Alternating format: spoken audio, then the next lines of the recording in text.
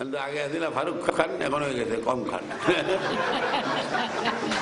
সংসদে ও সংসদের বাইরে মন্ত্রীদের কর্মকাণ্ড ও বক্তব্যের সমালোচনায় মুখর ছিলেন সুরঞ্জিত সেনগুপ্ত, তোফায়েল আহমেদ এবং ওবায়দুল কাদের থেকে শুরু করে মহাজোটের অনেক রুই কাতলা। এই মহা বিশৃঙ্খলা, মহা দুরবস্থার জন্য দায়ী কে?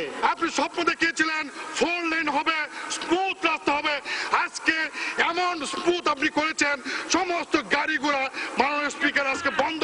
এই যে বেশি কথা বলা, এইটা তো বন্ধ করতে হবে। এক ম্যারাডোনা দিয়ে তো আর 11 জনের খেলা যায় না। তোপের মুখে পড়া আবুল হোসেন উইকিলিক্সের এক তথ্য ফাঁসের ঘটনাকে কেন্দ্র করে এক পর্যায়ে নিজেকে দাবি করেছিলেন প্রুভেন অনেস্ট ম্যান হিসেবে। I am totally and completely honest man and I am a proven honest man. হাতে তালু দিয়ে আকাশ ঢাকা যায় না।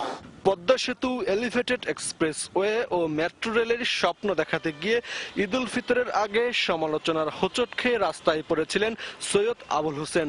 ওই সময়ে রাস্তা মেরামত না করায় ঢাকা ময়মনসিংহ সড়কে কয়েকদিন যান চলাচল বন্ধ হয়ে যায়। পদত্যাগের দাবিও ওঠে তখন।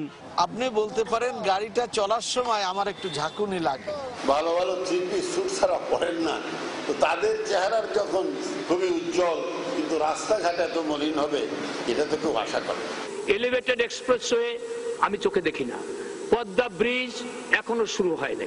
কাকতালীয়ভাবে এখন সেই আবুল হোসেনের রেখে যাওয়া বাকি কাজ করতে হবে সুরঞ্জিত সেনগুপ্ত এবং ওবায়দুল কাদেরকে। পরম করুণাময় আল্লাহর ইচ্ছায় আমার কোনো ক্ষতি হবে না। দায়িত্ব যদি কেউ পালন করতে না পারেন, প্রধানমন্ত্রীর কাছে গিয়ে অপারগতা প্রকাশ করুন।